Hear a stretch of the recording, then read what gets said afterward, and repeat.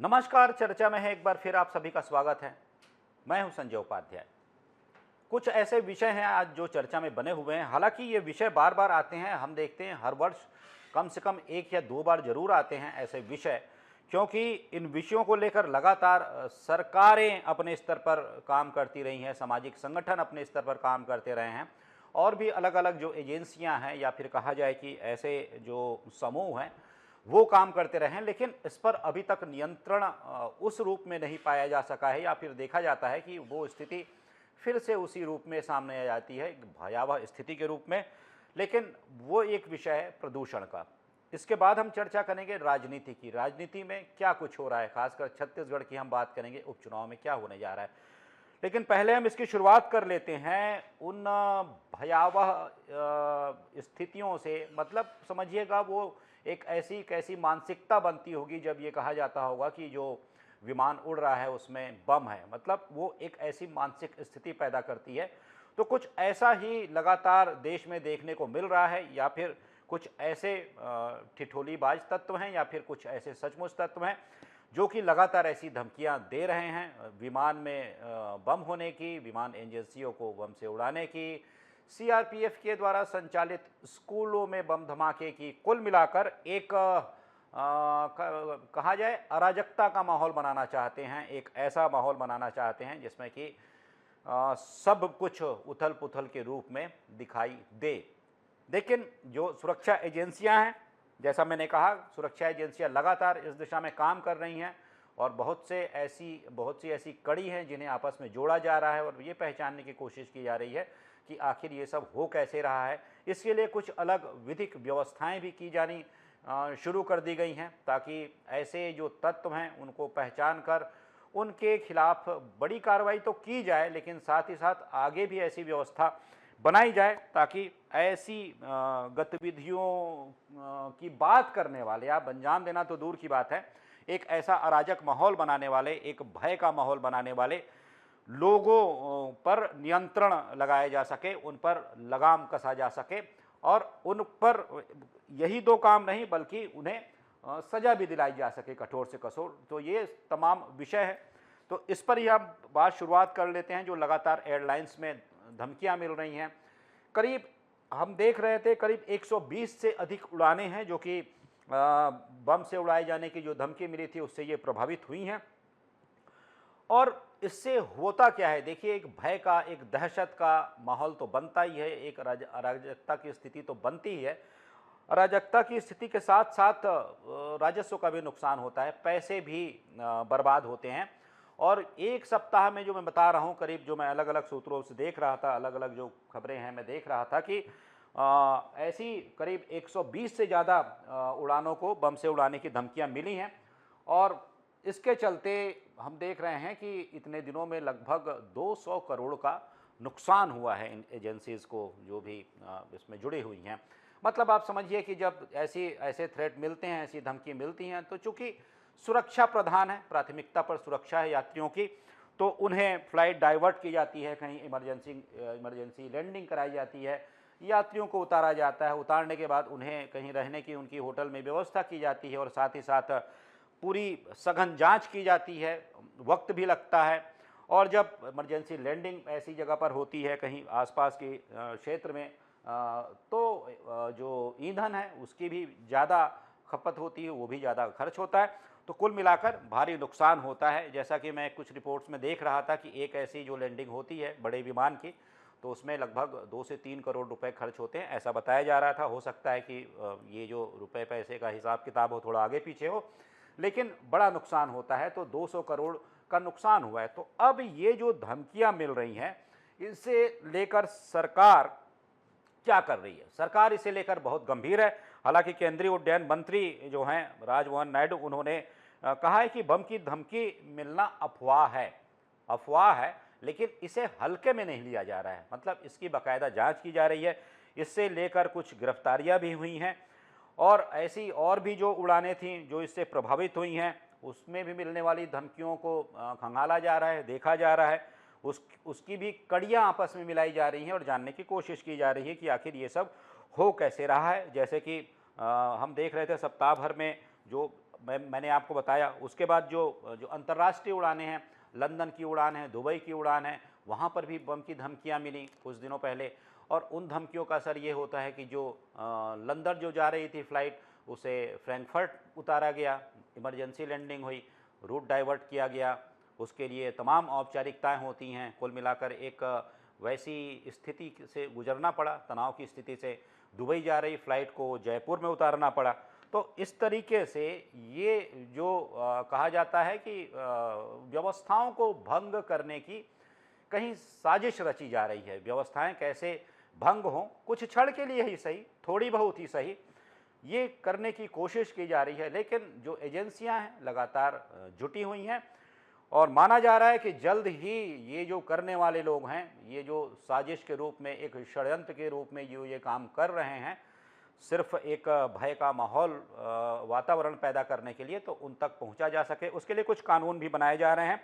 जैसे कि जो नागरिक विमानन सुरक्षा के विरुद्ध जो गैर कानूनी कृत्यों का दमन अधिनियम है 1982 है, उसमें संशोधन की बात की जा रही है।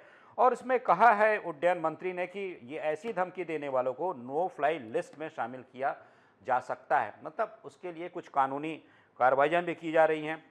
इसके लिए सुरक्षा के भी उपाय किए जा रहे हैं। एयर मार्शल्स की संख्या, जो विमानों में एयर मार्शल्स होते हैं जो जुड़ी हुई सुरक्षा की गतिविधियों पर निगरानी रखते हैं, उनकी भी संख्या दुगनी की जा रही है। ये भी निर्णय लिया गया है। मतलब यात्रियों की सुरक्षा से जुड़ा एक बड़ा विषय है। और इसका असर क्या हुआ है? इसका ये असर हुआ है कि डीजीसीए प्रमुख को हटाया जा चुका है। डीजीसीए प्रमुख को हटाया जा चुका है।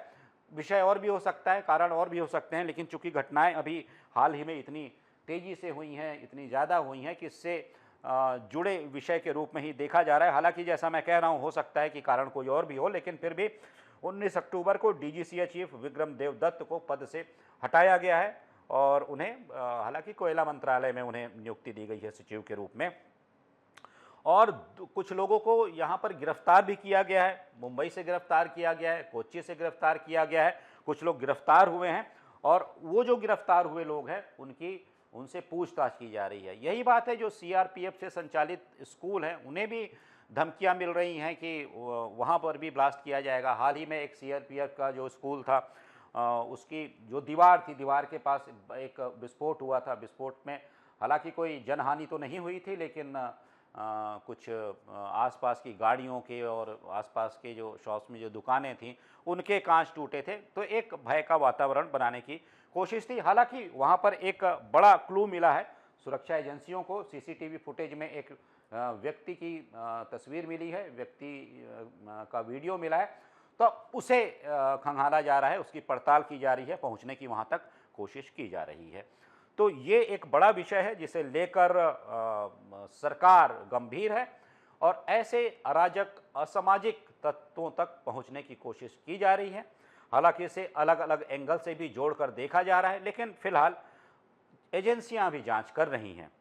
दूसरा विषय, जैसा मैंने कि शुरुआत में ही कहा, प्रदूषण का विषय है। प्रदूषण का विषय बड़ा विषय है, चुनौती बड़ा बना हुआ है। ठीक है, हम छत्तीसगढ़ में रहते हैं, यहाँ की का जो वातावरण है, यहाँ की जो जलवायु है, वो बड़ा सुकून देने वाली है। कहिए कि यहाँ की जलवायु जो है शुद्ध है, इसलिए शायद यहाँ के रहने वाले लोगों को ये पता नहीं चलता होगा कि प्रदूषण क्या होता है, प्रदूषण का वो स्तर क्या होता है। वो लोग हैं जो कि उन क्षेत्रों में, उन शहरों में रहते हैं और प्रदूषण की ये विभीषिका झेलते हैं। जैसा कि दिल्ली में जो प्रदूषण का स्तर है, वो आप समझिए किस रूप में होगा कि दोपहर 2 बजे का समय हो और आप निकले हों कहीं घूमने के लिए और दोपहर 2 बजे इंडिया गेट गायब हो जाए। मतलब कुछ दूर से आपको इंडिया गेट दिखाई ही ना दो। प्रदूषण का वो स्तर है। मतलब जो सस्पेंडेड पार्टिकल्स होते हैं वो फिर निचले स्तर पर आकर इतना एक जो आवरण बनाते हैं, जो प्रदूषण का स्तर बढ़ाते हैं। मैं आपको इस बात से समझाता हूं, जो AQI होता है, AQI वो मानक है जिसके आधार पर तय किया जाता है कि पॉल्यूशन कितना है। तो AQI का स्तर क्या है? AQI पहले समझ लीजिए, एयर क्वालिटी इंडेक्स है। तो AQI का जो स्तर होता है 0 से 50 तक बहुत अच्छा माना जाता है, 50 से 51 से 100 तक संतोषजनक माना जाता है। और उसके बाद 100 से 200 के बीच ये मध्यम है, 201 से 300 तक इसे बुरा माना जाता है, खराब माना जाता है, और 301 से 400 तक इसे बहुत बुरा माना जाता है, बहुत खराब स्तर माना जाता है, और उसके ऊपर तो इसे गंभीर, और 500 के ऊपर तो अति गंभीर माना जाता है। तो दिल्ली में अभी जो इसकी श्रेणी है, इस सूचकांक की श्रेणी है, वो 317 है, मतलब समझिए 301 से 400 के बीच है, जो कि बहुत बुरा है। मतलब दूसरे नंबर पर है दिल्ली। दिल्ली की बात हम किस लिए कर रहे हैं, क्योंकि राजधानी क्षेत्र है और वहाँ पर बड़ी जनसंख्या रहती है और भी महत्वपूर्ण गतिविधियाँ वहाँ पर होती हैं, आवागमन होते हैं, तो इसलिए ये बड़ा विषय है। हालांकि नंबर 1 में जो AQI इंडेक्स, जो AQI है, एयर क्वालिटी इंडेक्स है, पहले नंबर पर जींद है, हरियाणा का जींद है, जो कि उसका स्तर इससे भी ऊपर है। हालांकि मिलता जुलता ही स्तर है, लगभग आसपास ही है, लेकिन वो पहले नंबर पर है। तो अब इससे क्या होता है, इसे देखते हुए कुछ ऐसे नियम भी बनाने पड़ते हैं सरकार को कि क्या करना है आपको, कैसी गतिविधियां करनी है, और किस प्रकार की जीवनचर्या अपनानी है, या फिर दैनिक जो चर्या होती है वो कैसे आपको अपनानी है, ताकि प्रदूषण से लड़ा जा सके, इसे नियंत्रण में लिया जा सके। एक चिंता ये भी सता रही है कि अभी ये स्थिति है, तब आने वाले दिनों में, जब अभी हाल ही में बड़े पास दीपावली का पर्व है, तब ये स्थिति कहाँ पहुँचेगी। तो इसे लेकर बड़ी चिंता है, और इसे लेकर जो बातें की जा रही हैं, बताई जा रही हैं कि इसके लिए कुछ सरकारों को भी निर्णय लेने पड़ते हैं। निर्णय ऐसे लेने पड़ते हैं कि जो प्राइवेट जो ट्रांसपोर्टेशंस होते हैं, अपनी गाड़ियों से, उन पर नियंत्रण किया जाता है। जो सार्वजनिक यातायात के साधन हैं, उनका अधिक से अधिक प्रयोग किया जाए, ये अपील की जाती है। साथ ही साथ जो अपशिष्ट प्रबंधन है, उस पर भी खासा जोर दिया जाता है। जो धूल के कण या फिर ऐसी डस्ट पैदा करने वाले जो भी कार्य होते हैं निर्माण से संबंधित, या और भी अन्य गतिविधियां होती हैं, कार्य होते हैं, उन पर नियंत्रण स्थापित किया जाता है। कुल मिलाकर यह प्रयास किया जाता है कि प्रदूषण का स्तर कैसे रोका जाए और कैसे कम किया जाए। तो ये एक बड़ी चुनौती है जो कि बनी हुई है। अब जो हम अगली बात करते हैं वो सीधे छत्तीसगढ़ से जुड़ी हुई है, बड़ी महत्वपूर्ण है। दक्षिण उपचुनाव को लेकर, रायपुर दक्षिण का उपचुनाव जो होने वाला है, 13 नवंबर को मतदान होगा और 23 नवंबर को गिनती होगी। और अब इस उपचुनाव में स्थिति बिल्कुल स्पष्ट है, सियासी दलों की स्थिति बिल्कुल स्पष्ट है। भारतीय जनता पार्टी ने सुनील सोनी का नाम पहले ही घोषित कर दिया था। आज ही कांग्रेस ने आकाश शर्मा का नाम घोषित कर दिया है, मतलब सुनील सोनी की प्रतिस्पर्धा में होंगे आकाश शर्मा, उनके प्रतिद्वंदी होंगे कांग्रेस से। अब यहाँ पर एक रोचक स्थिति बनती दिखाई दे रही है। जैसा कि मैंने एक पुरानी चर्चा में बताया था, पहले बताया था कि सुनील सोनी काफ़ी अनुभवी नेता हैं, हालांकि वो भी छात्र राजनीति से आए हुए हैं। वो रायपुर के कॉलेज से दुर्गा कॉलेज के अध्यक्ष रहे हैं, उसके बाद वो पार्षद बने, पार्षद बनने के बाद वो सभापति रहे 2000 से 2003 तक। उसके बाद 2004 से 2010 तक लंबा ये काल था, वो महापौर रहे रायपुर नगर निगम के। और महापौर रहने के बाद वो RDA के भी अध्यक्ष रहे, मतलब रायपुर में जो विकास कार्य होते हैं प्राधिकरण के अंतर्गत आते हैं, उसमें भी उन्होंने भूमिका निभाई। वो अध्यक्ष रहे 2011 से 2013 तक। संगठनात्मक गतिविधियों की बात कर लें, तब वो भारतीय जनता पार्टी के प्रदेश उपाध्यक्ष रहे। भारतीय जनता पार्टी के प्रदेश उपाध्यक्ष रहते हुए उन्होंने संगठनात्मक गतिविधियों में बढ़ चढ़कर एक तरीके से नेतृत्व के करीब का अपना कर्तव्य निभाया, अपना रोल निभाया। और इसके साथ ही साथ, हालांकि जो संगठनात्मक गतिविधियां हैं वो तो शुरू से चली आती हैं जब से आप पार्टी में आ जाते हैं, लेकिन मूल रूप से इस पद पर बैठकर उन्होंने इसका संचालन किया। इसके बाद वो सांसद भी रहे। सांसद रहते हुए भी उन्होंने प्रदेश की आवाज़ देश की संसद में उठाई। तो कुल मिलाकर उनके बारे में अनुभवी नेता हैं। महापौर के रूप में एक प्रशासक का भी अनुभव है, संसद के रूप में भी वो प्रदेश की आवाज़ बनते रहे हैं, और साथ ही साथ RDA के अध्यक्ष के रूप में भी उन्होंने काम किया है। तो ये जो सारी चीज़ें हैं। दूसरी ओर आकाश शर्मा जो कि कांग्रेस के घोषित उम्मीदवार हैं। आकाश शर्मा युवा जोश से भरे हुए हैं, युवा नेता हैं।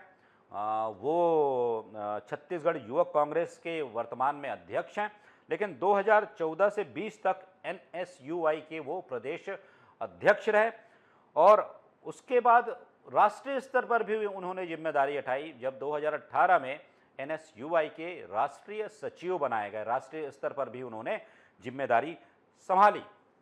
आकाश शर्मा के बारे में कहा जाता है कि वो एकमात्र ऐसे व्यक्ति, ऐसे नेता हैं कांग्रेस में कि जिन्होंने एनएसयूआई और युवा कांग्रेस दोनों की वो प्रदेश अध्यक्ष निर्वाचित हुए। मतलब वो पहले नेता हैं जो एनएसयूआई और युवा कांग्रेस के प्रदेश अध्यक्ष निर्वाचित हुए। मैंने जैसा कहा कि राष्ट्रीय स्तर पर भी उन्होंने काम किया, राष्ट्रीय सचिव रहे एनएसयूआई के। तो ये कुछ बातें हैं, युवा जोश हैं, युवाओं का बड़ा समर्थन उनके साथ है, युवा बड़ी संख्या में जुड़े हुए हैं। जो बड़े नेता हैं उनसे भी काफ़ी उनकी नज़दीकियां हैं क्योंकि उनका जो स्वभाव है।